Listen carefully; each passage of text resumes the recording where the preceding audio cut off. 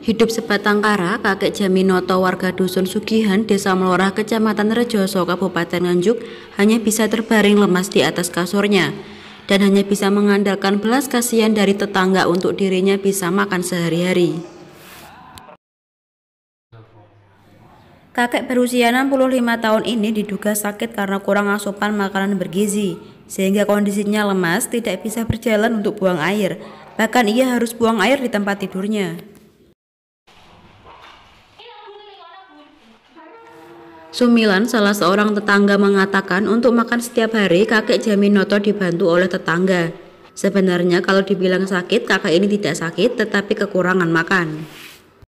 Awalnya sehat Pak, itu kan karena itu beberapa hari kemarin itu katanya tetangganya kan jatuh gitu Pak. Jatuh, lalu kan itu jadi sakit. Setelah dia keadaan sakit, kan keluarga dari anaknya pun tidak pernah demo di situ.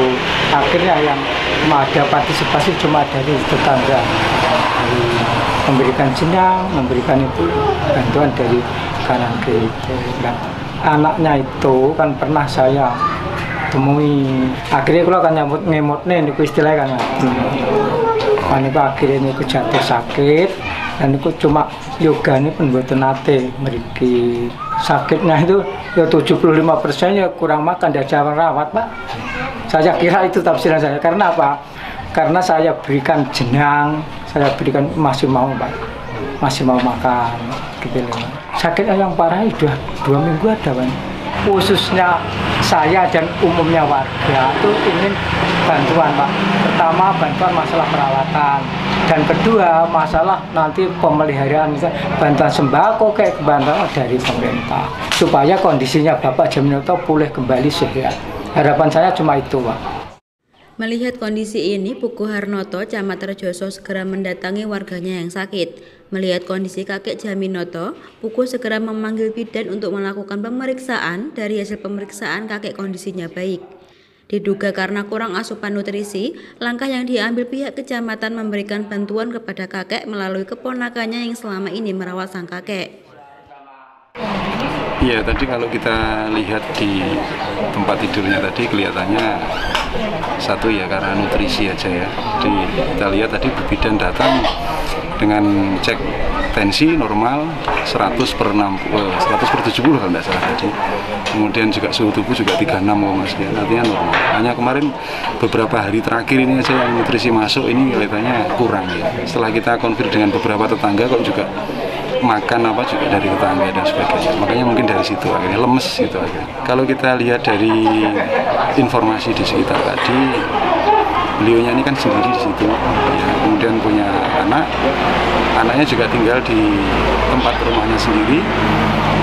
Kita juga tidak tahu ada permasalahan keluarga apa ya di luar itu. Yang jelas posisi beliau sekarang sendirian, kemudian harus dengan makan tiap hari paling tidak 3 kali. Kalau di puasa ya berarti buka dan sahur, ini kurang nutrisi, sehingga terjadi seperti itu. Ini setelah kita datangkan Bu Bidan dengan Pak Kades, kemudian anaknya juga kita panggil, kemudian yang biasa ngerawat di sini ponakannya juga kita panggil. Jadi kita upayakan kalau memang harus opnam kita bawa ke puskesmas, sekalian ambil nunggu mobil ambulannya. Nanti kita sekalian tanyakan tadi nanti siapa yang nunggu dan sebagainya, sehingga nanti pada saat dia dalam perawatan nanti mudah-mudahan ya segera pulih kembali. Kalau yang bisa kita lakukan saat ini, kita ada sembako ya nanti, karena kita berpikir ponakan atau keluarga yang nanti nunggu di puskesmas nanti ya saat nanti opnam ini kita upayakan nanti kita bantu dengan sembako. Jadi Pak Kades juga sudah kami hubungi siap membantu sembako. Nah kemudian nanti kalau terkait dengan ini juga ada bansos-bansos, kita upayakan nanti juga kita cek dulu kalau beliaunya sudah masuk namanya ya nanti tinggal kita tunggu, tetapi kalau belum masuk nanti kita upayakan masuk di bansos ya, khususnya yang nanti yang dari dana desa. Untuk memulihkan kondisi sang kakek, Dinas Kesehatan melalui Puskesmas Rejoso melakukan evakuasi untuk dilakukan perawatan di Puskesmas Rejoso. Setelah berkoordinasi dengan keponakan biasa merawat